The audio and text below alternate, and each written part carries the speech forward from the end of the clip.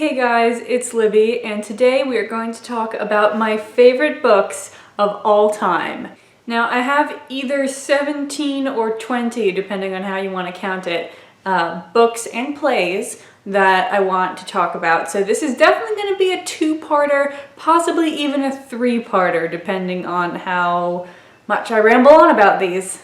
And this collection is reasonably diverse. I've got 3 plays, 4 classics, 4 sci-fi or fantasy, and then 6 sort of general literary fiction, but of those 6, 5 are distinctly gothic. And most of the classics are reasonably gothic as well, so guilty. And these are not in a specific itemized order, they are in sort of a general order, so the ones towards the end of the list I like more than the ones towards the beginning of the list, but I haven't really worried about the nuanced differences between like number 5 and number 6 on the list. It's vaguer than that. And unfortunately the first 4 books that I want to talk about I don't actually have a copy of, so use your imagination. The first one is a play. It's Arcadia by Tom Stoppard. Now, Tom Stoppard's most famous play is Rosencrantz and Guildenstern Are Dead, which is a sort of parallel play to Hamlet about the 2 characters Rosencrantz and Guildenstern. And while Rosencrantz and Guildenstern Are Dead is really famous, it's really the gateway drug that will get you to Arcadia. So if you liked Rosencrantz and Guildenstern Are Dead, definitely read Arcadia. It's a play with sort of 2 timelines going on, and we alternate between them. The first one is in the early 19th century. And our characters are Thomasina, who is a teenage girl, her tutor, Septimus Hodge, other members of her family, and then Mr. Chater, who is a not particularly good poet who is visiting them. And Lord Byron is a character who never actually appears on stage, but we are to understand that he is also staying at their house, and he's referenced a lot, but he never actually makes an appearance. And then the modern section takes place in the same house, and it's about the modern children of the family that lives there, and some historians who are researching how the house used to be in the time when Lord Byron was visiting. And Stoppard covers like so many topics. He talks about sex, he talks about what makes good poetry. There's a lot about math and Fermat's last theorem, which actually did not completely go over my head, even though I am not a mathsy person at all. And then sort of the core of it, which is a really interesting topic for me, is this movement from a classical artistic style to the romantic artistic style. And this is a change that was happening at the beginning of the 19th century, and Byron is sort of considered one of the big early movers and shakers of the romantic movement. And so as the historians in our modern section are learning more about how the house and the grounds were in the 19th century, they're also learning more about the characters. And so we get to glimpse into their future while they're still living in their present. My next book is My Cousin Rachel by Daphne du Maurier. Daphne du Maurier is like the only person from the mid-20th century that I will read, and I think that she was influenced by the Romantic movement and the Gothicism that came out of it. So My Cousin Rachel is set sometime in the 19th or possibly 18th century. We know it's before the invention of trains, but Daphne du Maurier is allergic to dates, I believe the phrase is, so she keeps everything very vague. But it's about a young man named Philip who's orphaned and lives with his cousin Ambrose, who is much older than him, at Ambrose's fine country estate in Cornwall. And they have this nice sort of we're all bachelors together lifestyle, but Ambrose is feeling a bit ill, and so he decides to go to Italy because he thinks the warmth and the sun will help him more than all of this Cornish rain and fog. So they write letters back and forth, and Ambrose tells Philip that he's met a distant cousin of theirs named Rachel. And Ambrose seems to be spending more time in Italy than is strictly necessary, and eventually he writes Philip to say that he and Rachel are getting married. And Philip is insanely jealous. He's mad that their old life is going to be ruined by having this lady in the house and get new servants, and she'll want things to be like neat and ew. And there's so many amazing passages where Philip is imagining what Rachel must look like because Ambrose is kind of sparse with his descriptions of her. So Philip keeps getting new information that changes his perception of her from like a seductress to an old hag to a miser. And then after Ambrose and Rachel are married, Ambrose's letters take a darker turn. It's clear that he's just as sick as he ever was and he's getting worse. And he asks Philip to come to him in Italy because he thinks he's going to die. And I'm going to have to leave it there. My cousin Rachel has this great atmosphere of mystery because every time you think you know what Rachel is, she changes. And even though the book is narrated by Philip, a lot of times the reader has a different opinion of Rachel than Philip does. And a lot of times I found myself saying, "Oh, Philip, don't be so hard on Rachel. She seems like a nice lady." Well, he was like, "Oh my God, she's a horrible bitch." But then like 30 pages later, I'd be like, "Philip, you need to be careful around her. This woman is bad news," while he's like adoring her. The next two books I don't have physical copies of, but here's another book by the same author. This is Tess of the D'Urbervilles by Thomas Hardy, and I like this book, but it is not a favorite. My favorite books by Hardy are Two on a Tower and Far from the Madding Crowd. I'm going to talk about Far from the Madding Crowd first because it's one of the more famous Hardy novels. Hardy sort of categorized his novels into three groups. Far from the Madding Crowd is part of the first one, which is where pretty much all of his famous books are, and that is novels of character and environment. Two on a Tower is considered a romance, and then the third category, which I haven't actually read any books from, is novels of ingenuity. So Thomas Hardy can be considered a neo-realist because the point of most of his books is beyond the plot to capture the lifestyle and even some particular characteristics of the people who lived in Wessex, where he grew up in the sort of 1830s, 40s, 50s. So this book is about a shepherd named Gabriel Oak who falls in love with a lady who lives near him named Bathsheba Everdeen. And even though she seems to kind of like him, she refuses his offer of marriage. And then shortly after this, she leaves and Gabriel's sheep get run off a cliff and they die. So he is out one wife and one job. So he goes around trying to look for work somewhere else and he ends up at a farm where it turns out Bathsheba has just taken over. It used to be her uncle's farm and then he died and now it's hers. So he ends up working for her, still being in love with her, but of course she has two new suitors. The middle-aged farmer who lives down the lane who had intended to become a confirmed bachelor before Bathsheba plays with his heart. And then what I believe can only be called a lusty soldier. And so you've got this love square, as Hardy likes to construct. And what Far from the Madding Crowd is really doing is serving as a manual for how to be in love. Basically, there are two rules. First rule, when you are in love with someone, you need to do what will actually make them happy. And rule number two, you can break rule number one if it will make them a better person. And so Gabriel represents the good lover, and her other suitors, the soldier, Sergeant Troy, and the farmer, Mr. Boldwood, can't quite grasp one of the elements. And Two on a Tower is a bit different than your typical Hardy novel. It's not a love square or even a love triangle. It's just a regular old love story between two people.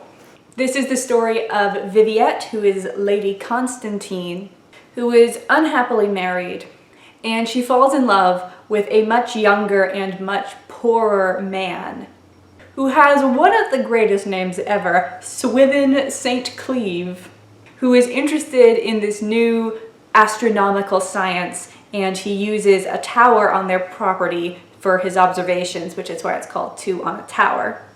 And we spend a lot of time having things go wrong for this couple. So it's really hard to not spoil anything, but this is a really beautiful love story, and then that ending, oh man.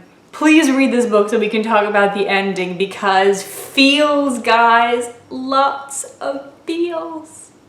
The next book I do actually have a copy of. Hooray! It is The Seas by Samantha Hunt. I read this book quite recently. There is a review up on my channel, which you can see if you click, and I'll make sure that it opens the tab in a new window so you don't have to worry about losing your place in this video. It's about a teenage girl who does not have a name and she lives very far north in like Maine on the coast, but she is kind of messed up because her dad, when she was a child, walked into the ocean and let himself drown. And she deals with this by telling herself that she and her father are secretly mermaids. And then the main conflict in this book is about her relationship with a man named Jude. Jude is a fair bit older than her. She's 19 and I think he's 36. And he had served in Iraq, so he has his whole PTSD situation, which makes him an alcoholic, but most people in this town aren't alcoholic, so Jude doesn't really stand out. And our heroine has been in love with Jude since she was a child. And Jude, for a number of reasons, is not really interested in her. And this makes her very nervous because she's read a bunch of stories about mermaids where they fall in love with a mortal man, and if he doesn't love her back, she has to kill him. And she's like, oh crap, I don't want to have to kill Jude. And then it gets weird. None of this stuff I've said so far is the weird part. It gets much weirder after that. Okay, next in my list of favorites is Going Postal by Terry Pratchett. This is, like book number 34 or something in the Discworld series, but what you really need to know is that it's book number 1 in the Moist von Lipwig subseries. There are minor characters that we've met earlier in the Discworld series in this book, but if you want to start with this one, you shouldn't have any problems. It is set in a fantasy world, and our main character has a name that is almost as good as Swithin St. Cleave. It is Moist von Lipwig, and he is a con man.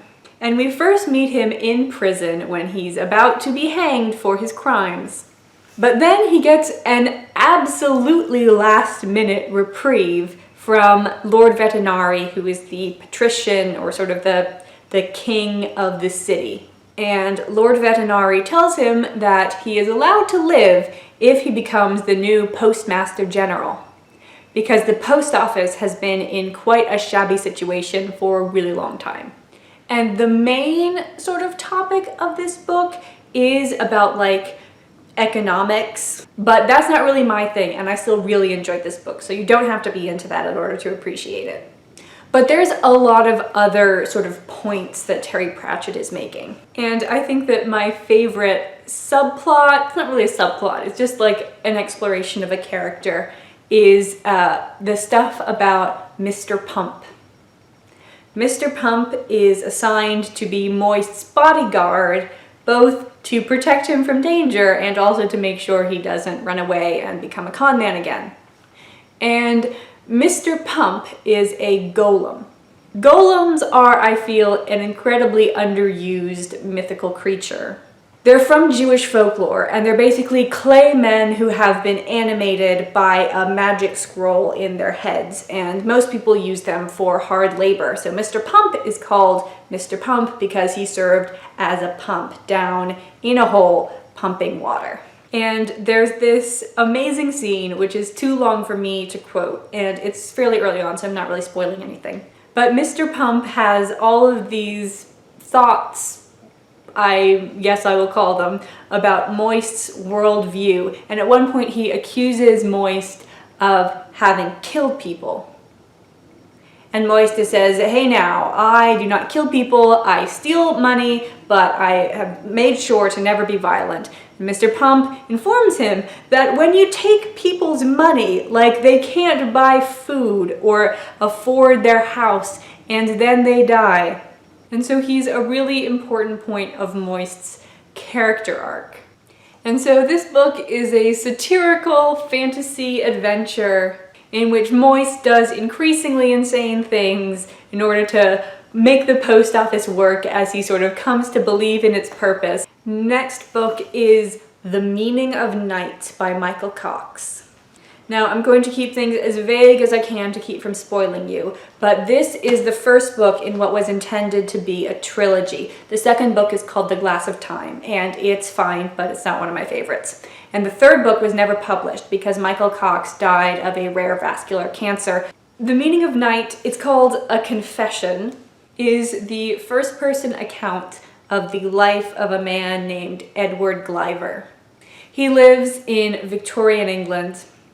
It's hard to describe the plot without giving spoilers because we make some fairly important discoveries pretty soon, like in part 1 and part 2.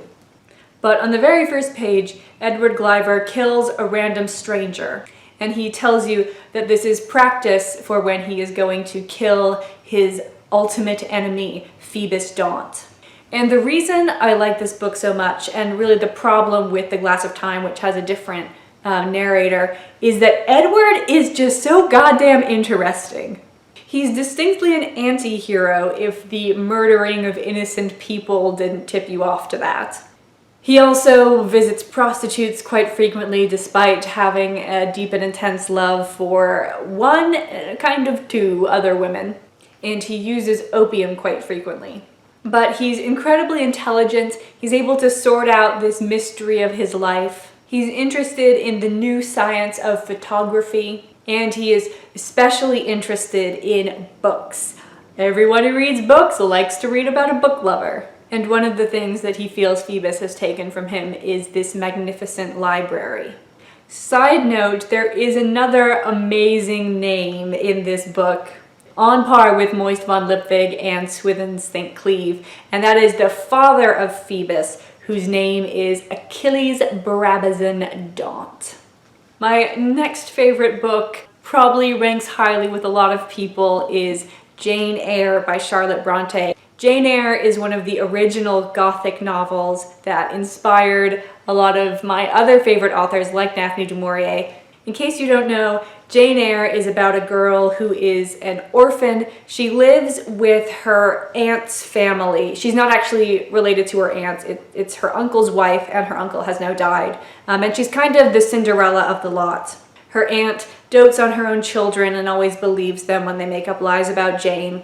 And then one day her aunt and Jane sort of communally come to the conclusion that she should not be there anymore, and she goes off to a girls' boarding school. She much prefers the boarding school, even though it has terrible conditions. They don't have enough to eat. The water that they wash their faces with in the morning is typically frozen over.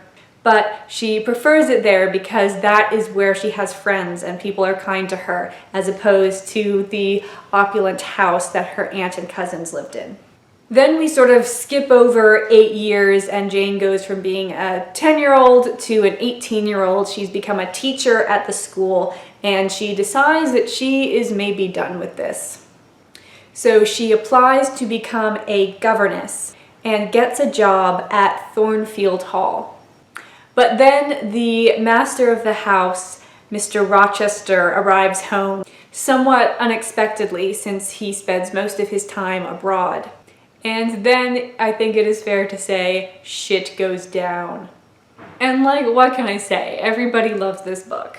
It's feminist, it's mysterious, it's romantic, capital R and lowercase r. The only real division is about whether or not people like Mr. Rochester. I kind of don't like him. He's too problematic for me to be like dreamy.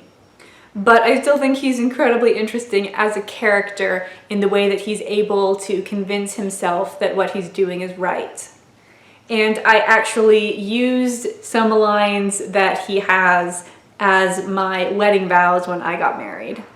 And then the last thing I'm going to talk about in this video I also don't have a physical copy of, and that is the Oresteia by Aeschylus. Aeschylus was an ancient Greek playwright, and the Oresteia is the only complete set of 3 plays that we have. Greek plays were performed with 3 tragedies and then a comedy, and most of the plays written have been lost. And so it's very exciting to have a set of 3 that were intended to go together. The 3 plays are called Agamemnon, The libation bearers, occasionally you'll see different translations or just the Greek transliteration, which is koiphoroi, and the Eumenides, which is the original Greek word, although occasionally that is translated to the Furies. And this set of plays is just a tour de force. There aren't very many characters, but they feel things intensely.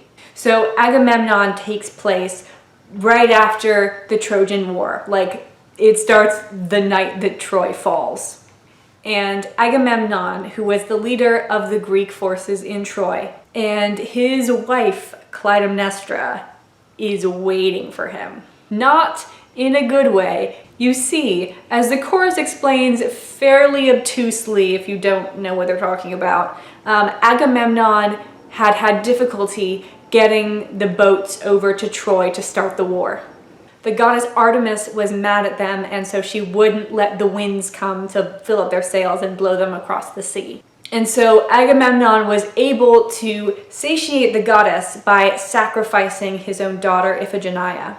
And he pretended that she was about to get married, so Clytemnestra was all happy that her firstborn girl was about to have a husband, and then she finds out that her daughter is dead. And Agamemnon has left. And she has had 10 years to stew about this. Meantime, she is kind of shacked up with Agamemnon's incestuously bred cousin, Aegisthus, who is also seeking revenge on Agamemnon because of, like, complicated stuff involving their fathers, and you don't need to worry about it. But Clytemnestra is amazing in the way that she's able to present a loving and honorable front in order to welcome her husband home, but all the while she's really saying, I hate you and I'm going to kill you. So the libation bearers takes place several months or possibly a couple of years after Agamemnon. We meet some new characters, Agamemnon and Clytemnestra's children, the ones who aren't dead, Electra, a girl, and Orestes, a boy. And during the Trojan War, Clytemnestra had sent Orestes away. And now that he has learned that she has murdered his father, he's come back to exact revenge. Do you see a theme? All of this murdering and revenge, cycle, cycle, cycle. And so he was quite young when he was sent away, and he's grown up, so he disguises himself, and he thinks that Clytemnestra won't recognize him, so he can sneak into the castle and stab her.